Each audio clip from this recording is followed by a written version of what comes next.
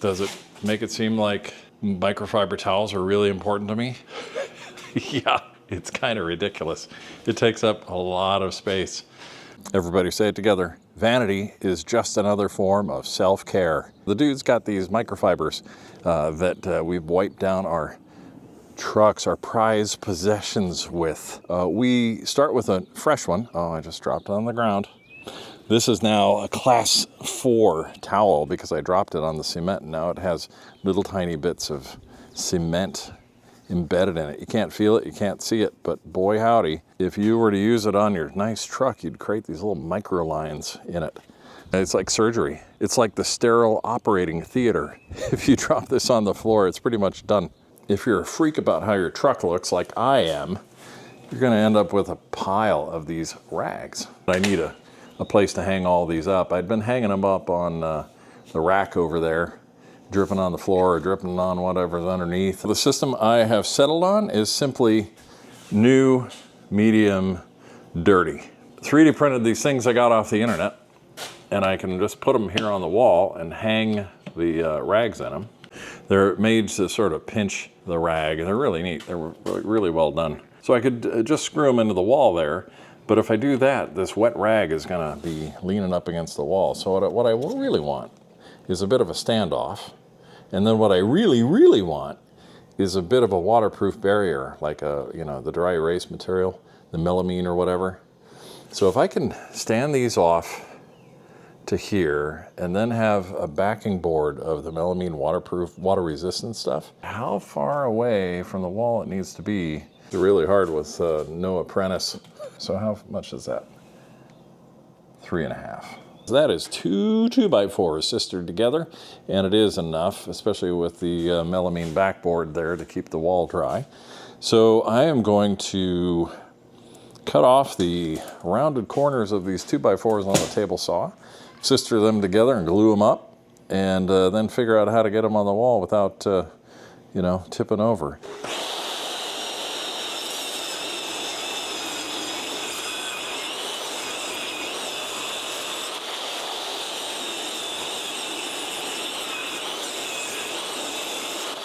How do I get these 2 boards to stick together? And that's simple enough. I just can put these screws in.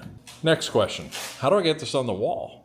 We're not hanging an engine block off this thing, but it should be tied into studs. This is gonna be too heavy, especially with that leverage, that distance off the wall.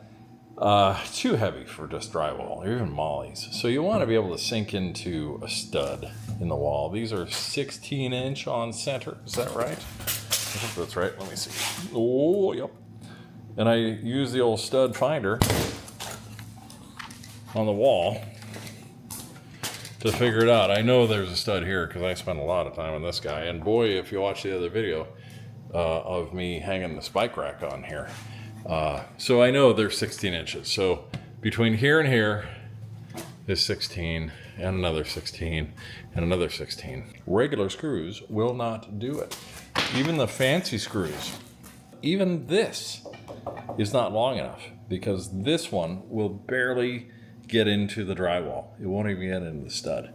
I'm gonna cut a hole halfway. Yeah, that's gonna be perfect. So solve these problems before you get to the wall. You'll be glad you did. Okay.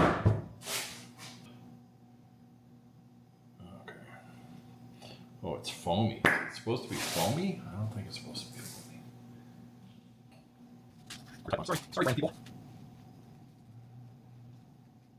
Hand your garbage. All right.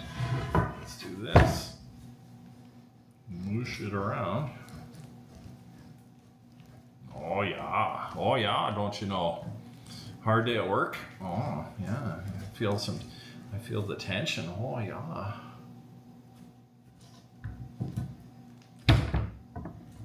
All right, I think that's great. It's gonna drift.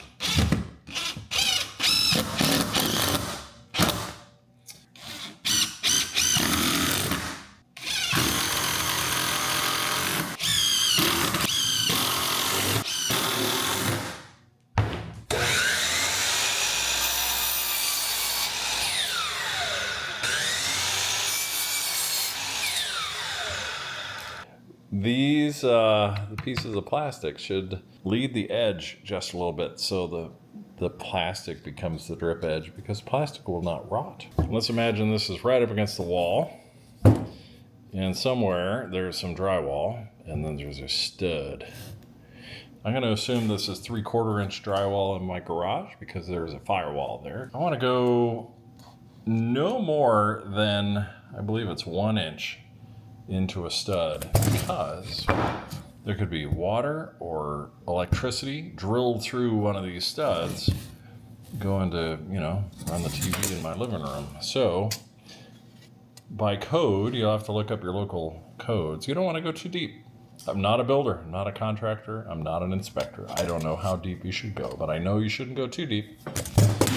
So I'm going to drill a hole so that screw can get at that timber behind the drywall. So I decided I need to drill a hole that is 1 inch deep. So what I usually do is I use this tape. I take the old tape measure and I put a piece of tape at right about 1 inch. I've got my two 16-inch on center holes marked already, so here we go.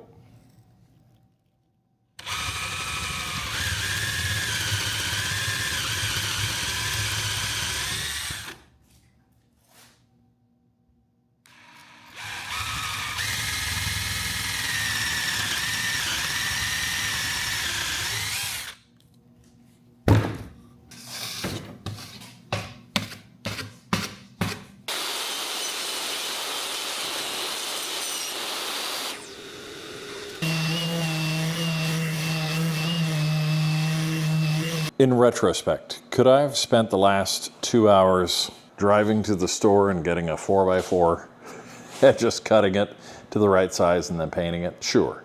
All right, day 2, got 2 coats of paint on this. Notice that I didn't paint the backside where the wall is going to interface with this. Wow, that's a complicated way of saying this section is against the wall. Jeez. Because you don't actually need to paint that. And sometimes when you paint the piece that's going to be touching the wall and it sits attached to the wall for years and years and years, the paint will actually bond to the paint on the wall. And then when you try to get it off, it tears the paint and everything all to heck. So keeping the back side of this just bare wood, not a bad idea. And the front is definitely now waterproof, well, water resistant.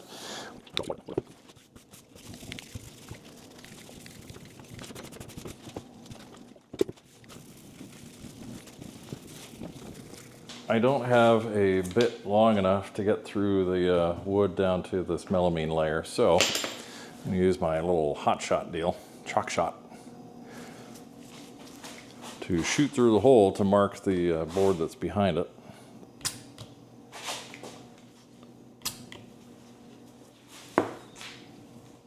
Did it work? It did work. That's cool. 2 green marks, one there and one there, through the holes there. So now I can pre-drill these without worried about tearing it out or fighting with it when I get it up on the wall. Chalk shot. When you need it, you need it. And when you don't, you really don't. Ask for it by name.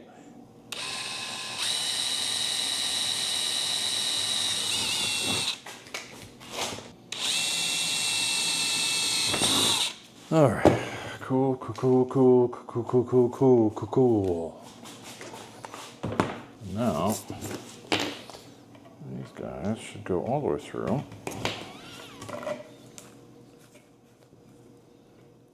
Go in the hole. Go in the hole. Okay. So that looks great. So.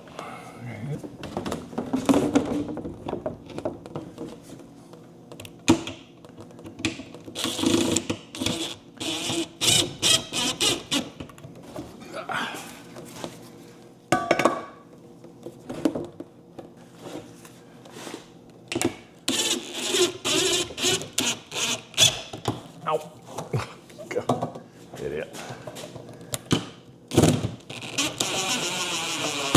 I'm going to put pre-drill 2 holes, one on each side, and then we're going to use these 3/4 inch pan head sort of lath head screws. It'll be great. For pass-through holes, you want to cover both the shaft and the threads. Use a sacrificial block to drill through.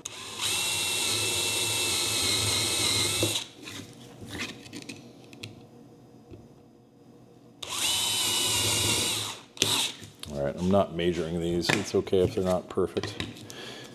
If I were to design these in 3D, I'd probably pre-do holes because that would make them reinforced.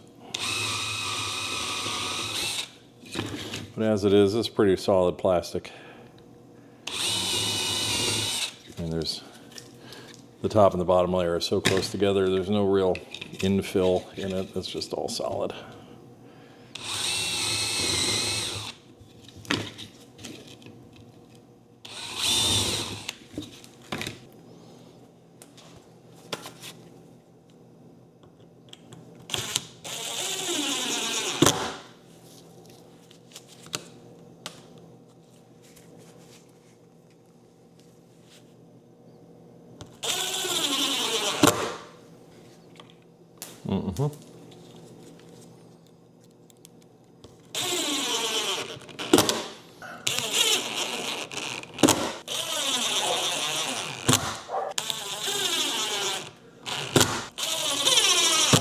Let's hang some towels on it.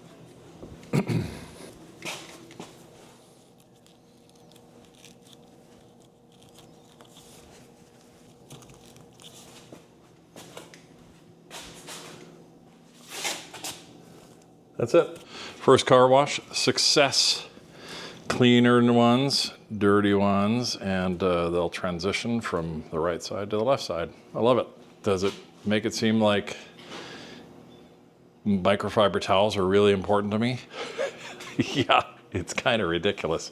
It takes up a lot of space, but that's what's happening right now. Will I keep it there? Who knows? Will I make it smaller maybe? Maybe. But for right now, very happy with it. Again, you can find the link to these 3D printed hangers on Maker World in the links and descriptions below. Everything else, no, there's no design. No, there are no blueprints. No, there are no plans. Sometimes you just gotta improvise. Thanks for watching. See you next time.